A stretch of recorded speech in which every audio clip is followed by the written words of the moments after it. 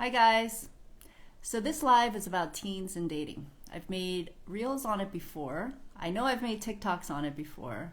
And I've written on it a couple times and people have asked me questions, and it is something that people do ask a lot about because I work with a lot of teens and what I think. And but the problem is that many times it happens, or the questions come when the kids are already dating. And at that point it becomes a completely different issue.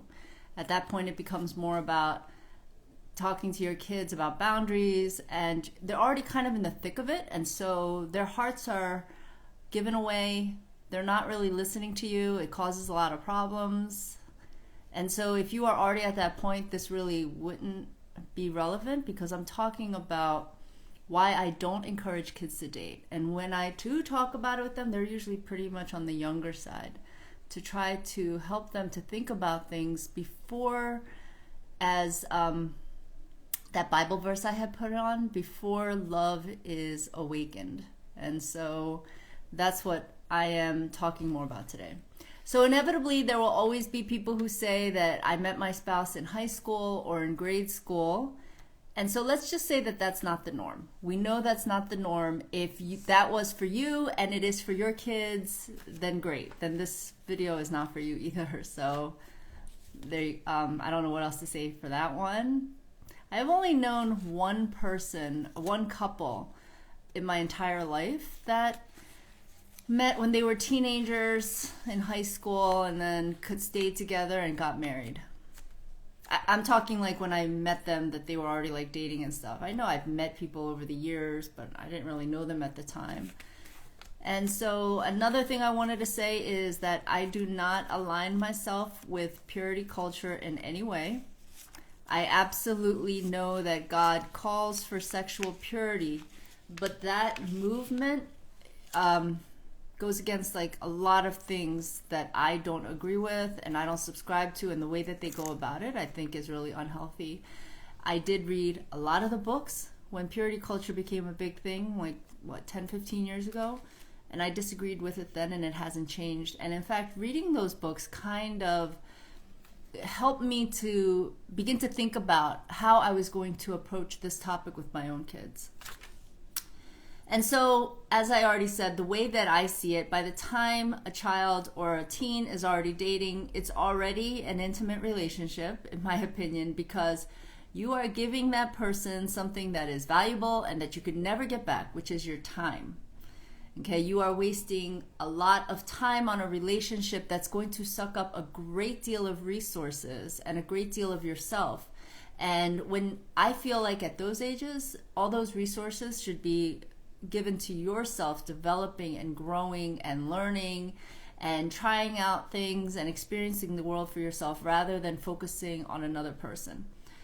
And so the problem that I have with teens dating, and this is something that I point out to teenagers and I start pointing out to kids when they're young, is that you lose out on a lot of social opportunities and the way that things are supposed to be while you're young. Okay, you lose out on developing deep friendships because you are always with your significant other and not with a lot of friends, and all the time that you need to spend with friends. You miss out on exploring your own interests and hobbies and trying different things. You miss out on finding out who you are, what you like, what kind of clothes you like, what kind of movies you like, just all those kind of things that are so vital when you're young. You miss out on that if you start dating, because you've got another person who you are putting in a very important position, and they are constantly speaking into your life. And because they are a significant other, they have a great deal of influence, which leads to, in my opinion, the worst part of dating for teenagers. And that is that you are giving another person very intimate access, and I'm not talking about the sexual part, but very intimate access into who you are becoming and into your development. And that is where I struggle the most when I am talking with kids and I just want to be like, don't date, you don't need that. You don't need that person, because they're just not going to listen. It's too late. And I don't want to be one of those people that just point out like all the worst case scenarios, but we hear it in the news. We know that there is a lot of physical abuse that occurs, as you know, and in fact there was another horrific case right here where I live in an adjacent town of a boyfriend who stabbed his girlfriend to death, and supposedly it had been a very abusive relationship for a while. And we know about the recent cases of the young woman who was missing and found dead.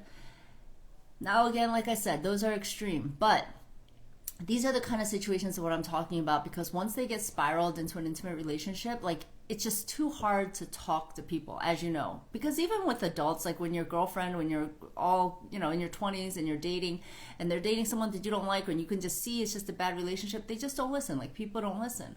But it's worse when they're teenagers, because not only will they not listen, but your kids and the teen is still developing, and so everything that they're hearing from their significant other, it like molds them and it affects them so differently. And I've used this example before, but I'm just going to use it because she's a celebrity. But Kylie Jenner, she talks about how when she was like 14 or 15, a boy that she was dating said that something about her lips, like they didn't look like she was going to be a good kisser or something, and she became very self-conscious. And now you see her, she's in her 20s, and it's like lip injections are a thing for her. Like, it's just not going to stop. I have nothing against lip injections if that's what she wanted. But to think that it started because of the criticism of a boy is the kind of thing that I really get bothered by with teenagers, because it can just, it like changes them and it goes into adulthood. And the struggle and the things that these teenagers tell each other, I mean, we know how cruel kids are. Well, it's even more so in a relationship, and these days with social media. And there are expectations of each other of when they get a boyfriend or a girlfriend that most kids can't live up to, but yet they think it's normal. And so, for example, with social media, as we see, there are let's say a boy thinks that a girl is supposed to look a certain way all the time, or that her hair is supposed to be a certain way, or that the nails are always supposed to be done. It's just something like that. And that they become accustomed thinking like this is the norm. Then they put that norm on the girl, and the girl begins to always feel like she's not going to measure up, because she thinks like that's what's normal and she's not normal. And it goes the same way for the boy. There are a lot of expectations on a boy and what he's supposed to do and what he's supposed to be, like how he's supposed to treat a girl, even if it's extreme and even if I think it's unhealthy. And because they see it on social media, and then it goes into the boy's mind, and then they can't get past that. And so then these kids who, when they start dating when they're teenagers, they carry it into adulthood. And that's where it causes a lot of problems, because at that point now, it takes so long and it takes a lot of time to work through those negative beliefs and cognitions in order to try to get to a healthier place. And so that's why I discourage teens from dating. And so they are just so impressionable, as we all know, very peer-oriented. They internalize everything that people tell them, much less someone who is considered a boyfriend, girlfriend. And my whole thing to them is like, if it's not a potential spouse, like, who cares what they say? Like, it's just that they're given such a big voice and such a big arena to speak into this boyfriend, girlfriend's life. But yet, like, these relationships are so shallow and most of them are not going to last. So why give somebody that time, and why give someone that kind of access into your self-worth? And that's generally what I tell teenagers. And I always like point out examples, or I ask them about examples in their own life if they've seen, and then you can start conversations that way. And with teens too, and this is the problem that I think a lot of parents aren't aware of, which is, if you do not start talking about dating, if you don't start early, by the time they get older, it just gets too late.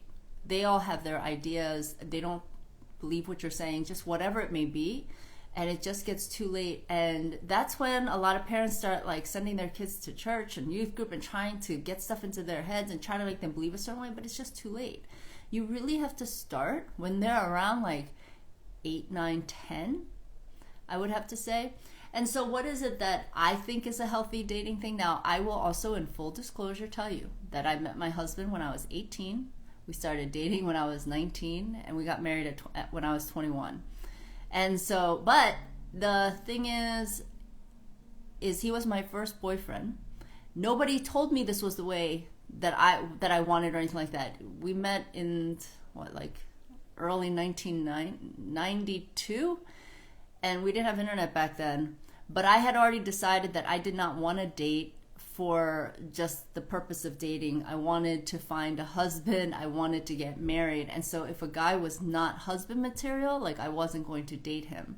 And so I do share my story with kids, and I talk about it with them. And so when they're young, I start asking them questions like, do you want to get married one day? What kind of wife do you think you want to find? Or what kind of husband do you think you want to find?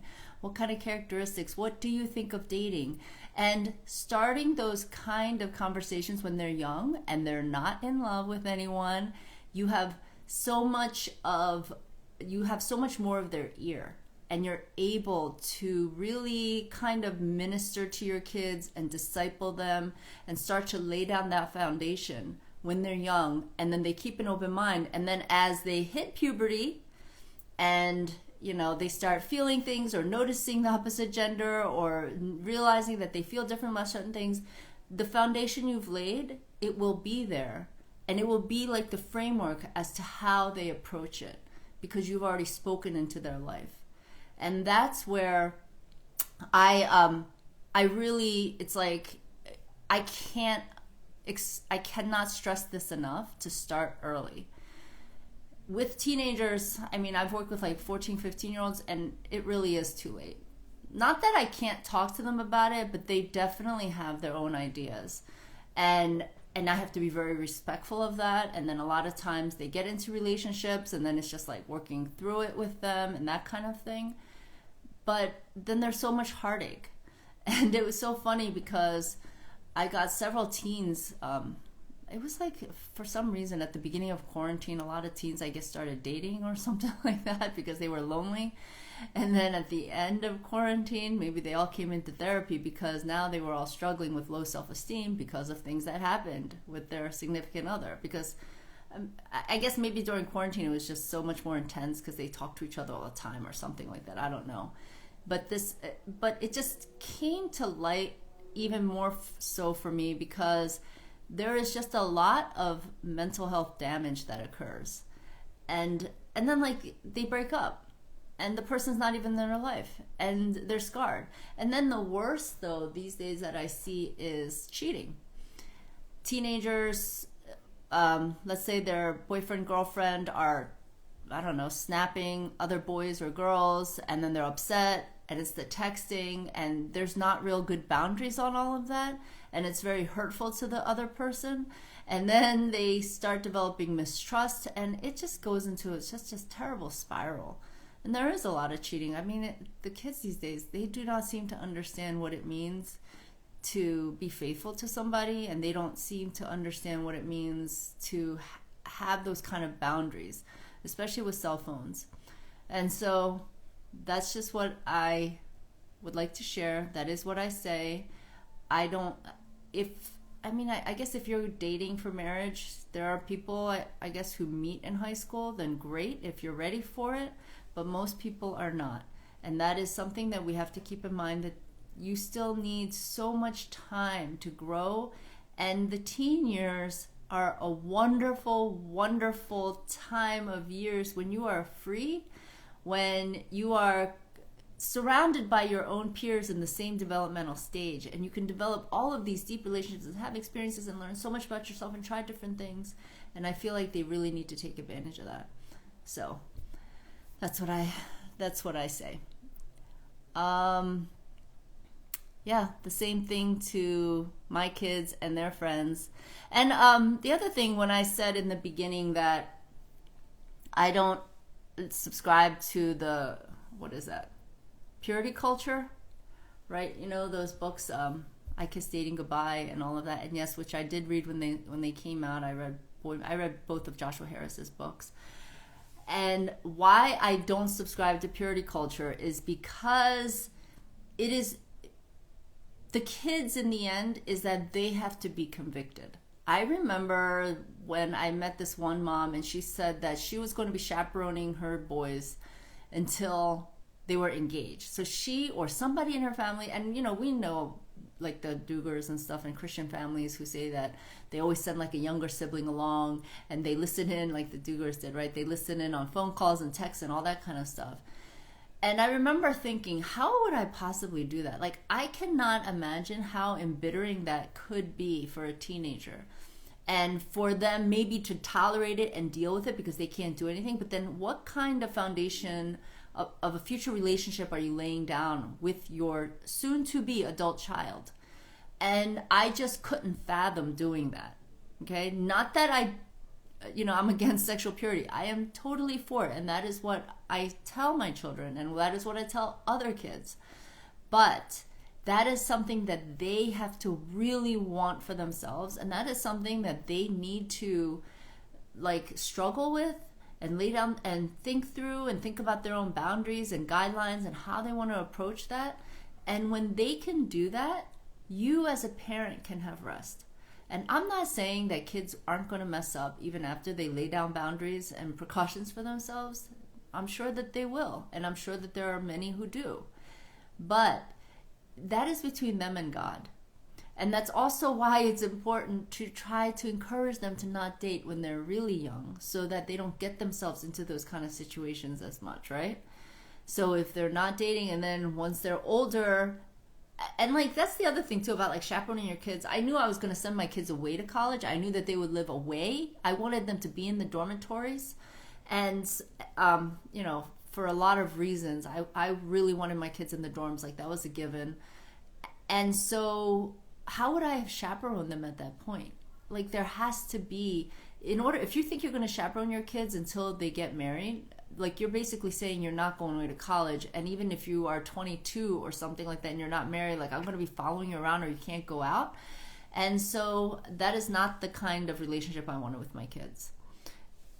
So if you can lay that down and start preparing them so that they can make those decisions for purity, if that's what they want, if they can make those decisions and get there on their own, that is going to be the best way. And that's also going to give you the most rest. So if there are any questions, feel free to ask. Otherwise, that's all I have to say on that. I'm sure that there are going to be things that come up. And, in this world, there are so many temptations and so many struggles for our kids. It's really, really sad. I pray for the kids. I pray for the parents. I also urge the younger parents to learn from the older ones. And I wish all of your families well. If you have any questions, let me know or feel free to DM me. Take care and have a good night.